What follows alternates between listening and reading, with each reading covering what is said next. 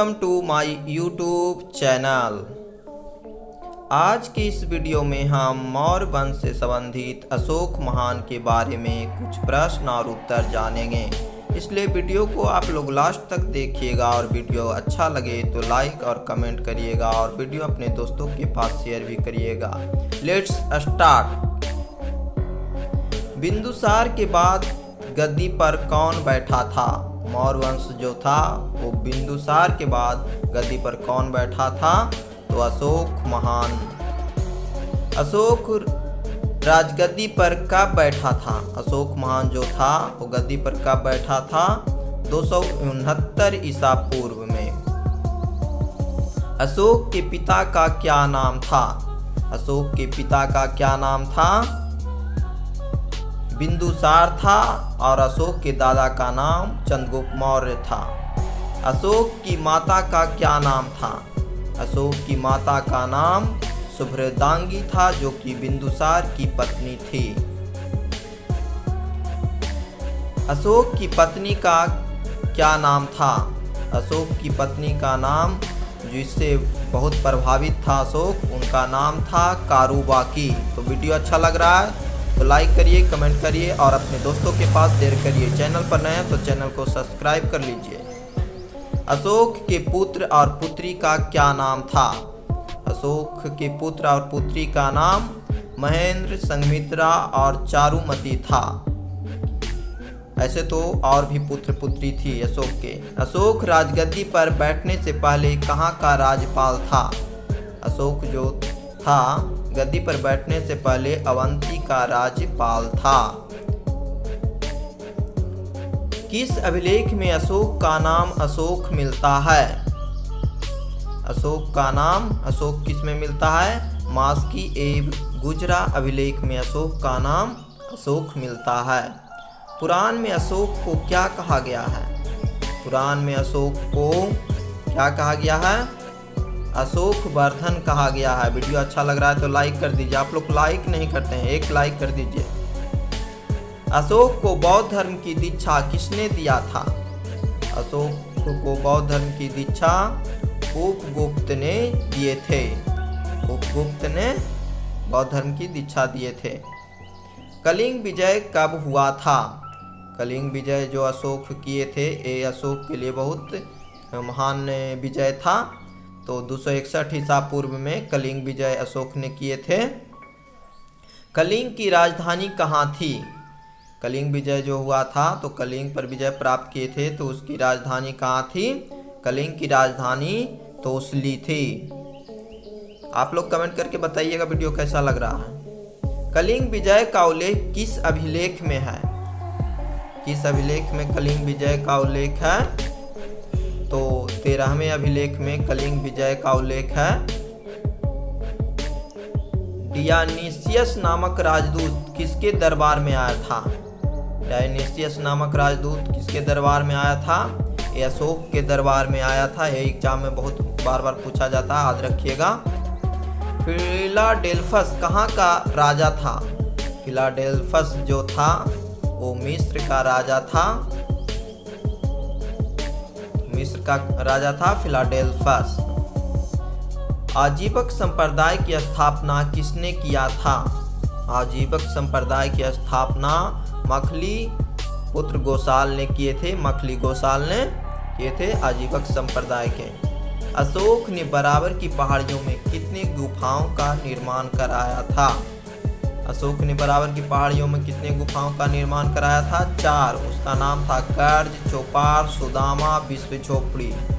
आजीविकों का उल्लेख अशोक के किस स्तंभ लेख में है? आजीविकों का उल्लेख किस में है? 7वें स्तंभ लेख में उल्लेख है। अशोक ने बौद्ध धर्म के प्रचार के लिए श्रीलंका किसे भेजा था? अपने पुत्र महेंद्र और पुत्री संघमित्रा को श्रीलंका भेजा था अशोक। भारत में शिलालेख का प्रचलन सर्वप्रथम किसने किया था? भारत में शिलालेख का प्रचलन सर्वप्रथम किसने किया था? अशोक ने किया था। वीडियो अच्छा लग रहा है लाइक करिए। आप लोग लाइक नहीं करते हैं, लाइक कर दीजिए। अशोक ने अपने शिलालेख में किस लिपि का प्रयोग किया था? ब्राह्मणी, खरोष्टी, ग्रीक, अरमाइक, ये सभी का लिपि का प्रयोग किया था अशोक ने। खरोष्टी लिपि किस ओर से लिखी जाती थी? खरोष्टी लिपि किस ओर लिखी जाती थी? दाईं से बाईं ओर लिखी जाती थी खरोष्टी लिपि। अशोक के अभिलेखों को कितने भागों में बांटा गया है? अशोक के अभिलेखों को कितने भाग में बांटा गया है? तो 3 भागों में बांटा गया है, शिलालेख, स्तंभलेख और गुहालेख। अशोक के शिलालेख की खोज किसने किया था? अशोक के शिलालेख की खोज पांद्रेटी फेनथेलर ने किया था। अशोक के अभिलेख को सबसे पहले किसने पढ़ा था? अशोक के अभिलेख को सबसे पहले किसने पढ़ा था? जेम्स प्रिंसेप ने पढ़ा था 1837 ईस्वी में। एग्जाम में पूछा जाता है बार बार कि कौन पढ़ा था? James Prinsep. अशोक के स्तंभ लेख की संख्या कितनी है? अशोक के स्तंभ लेख की संख्या 7 है। ये स्तंभ के समान रहता था, पिलर के समान रहता था, उसी के नाम पर इसका नाम स्तंभ लेख पड़ा, जिसमें सारनाथ का स्तंभ सबसे महत्वपूर्ण है, जो राष्ट्रीय प्रतीक के रूप में लिया गया है, चिन्ह के रूप में। सारनाथ स्तंभ में कितने पशु हैं? एग्जाम में भी बार बार पूछा जाता है कि सारनाथ स्तंभ लेख में कितने पशु हैं। तो आप लोग याद रखिएगा कि 4 हैं। इसको ट्रिक के माध्यम से याद रखिएगा कि हलो, HELO, हलो से हो गया, H से हॉर्स, E से एलिफेंट, L से लॉयन सिंह, ऑक्स से बैल।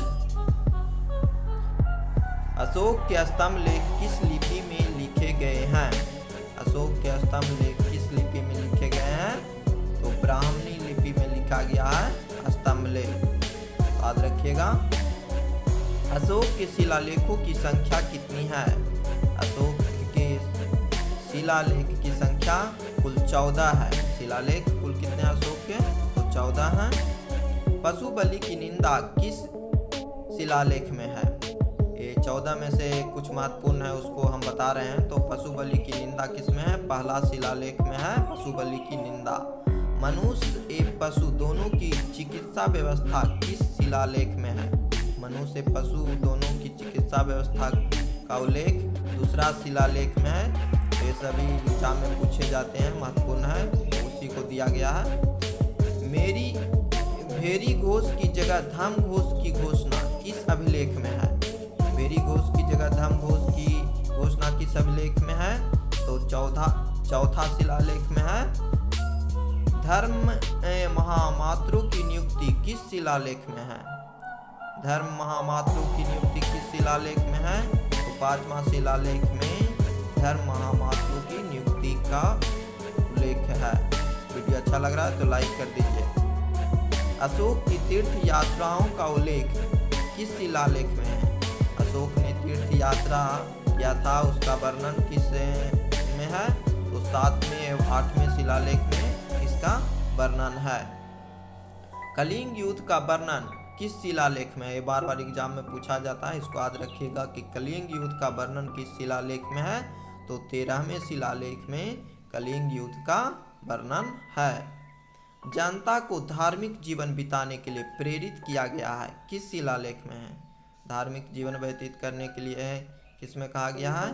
तो 14वां शिलालेख, जो कि अंतिम शिलालेख था, सबसे लास्ट शिलालेख। रानी का अभिलेख कहा जाता है किस अभिलेख को रानी का अभिलेख कहा जाता है? तो कौशाम्बी अभिलेख को रानी का अभिलेख भी कहा जाता है। वीडियो अच्छा लग रहा है तो लाइक कर दीजिए। अशोक का सबसे लंबा अभिलेख कौन सा है? ये भी एग्जाम में बार बार पूछा जाता है कि अशोक का सबसे लंबा अभिलेख कौन सा है? तो 7वां अभिलेख जो है सबसे लंबा अभिलेख है। अशोक का सबसे छोटा स्तंभ लेख है कौन सा है? ये भी एग्जाम में पूछा जाता है कि सबसे छोटा कौन है? तो रूमी देई का स्तंभ लेख है जो सबसे छोटा है। मौर्य शासन कितने वर्ष तक रहा था? मौर्य शासन चंद्रगुप्त मौर्य से लेकर जब शुरू हुआ था तो 137 वर्ष तक मौर्य शासन रहा। मौर्य वंश का अंतिम शासक कौन था? मौर्य वंश का अंतिम शासक कौन था? बृहदर्थ था। कौन था अंतिम शासक? बृहदर्थ था। बृहदर्थ की हत्या किसने किया था? बृहदर्थ की हत्या किसने किया था? पुष्यमित्र शुंग ने किया था और शुंग वंश की स्थापना किया था। तो मौर्य वंश के बाद कौन आया? शुंग वंश। पुष्यमित्र शुंग ने बृहदर्थ की हत्या कब किया था? पुष्यमित्र शुंग ने बृहदर्थ की हत्या किया था 185 ईस्वी पूर्व और शुंग वंश की स्थापना किया था। तो मौर्य वंश के बाद शुंग वंश आया और मौर्य वंश से पहले था जो घनानंद नंद वंश। सांची का स्तूप किसने बनवाया था? सांची का स्तूप किसने बनवाया था? ये भी एग्जाम में बार बार पूछा जाता है कि सांची का स्तूप किसने बनवाया था? तो अशोक ने बनवाया था सांची का स्तूप। अशोक ने 261 ईसा पूर्व में कलिंग को जीतने के बाद क्या किया था? तो कलिंग को जीतने के बाद भारी रक्तपात देखकर युद्ध की नीति को सदा के लिए त्याग दिया था। अशोक ने युद्ध की नीति को त्याग दिया था। वीडियो अच्छा लग रहा है तो लाइक करिए, कमेंट करिए और शेयर करिए अपने दोस्तों के पास। श्रीनगर की स्थापना किस मौर्य शासक ने किया था? ये भी एग्जाम में पूछा जाता है कि श्रीनगर की स्थापना किसने किया था? तो मौर्य शासक अशोक ने श्रीनगर की स्थापना किया था। चैनल पर नए हैं तो चैनल को सब्सक्राइब कर और नोटिफिकेशन को ऑन कर लीजिएगा। मौर्य वंश के बाद कौन सा वंश आया था? मौर्य वंश के बाद कौन सा वंश आया था? तो शुंग वंश आया था जिसकी स्थापना पुष्यमित्र शुंग ने किया था। बृहदर्थ की हत्या कर 185 ईसा पूर्व हत्या कर शुंग वंश की स्थापना किया था। और मौर्य वंश के पहले एक घनानंद था जो कि नंद वंश का था। तो मौर्य वंश के पहले नंद वंश और मौर्य वंश के बाद शुंग वंश। मेगास्थनीज किसके दरबार में आया था?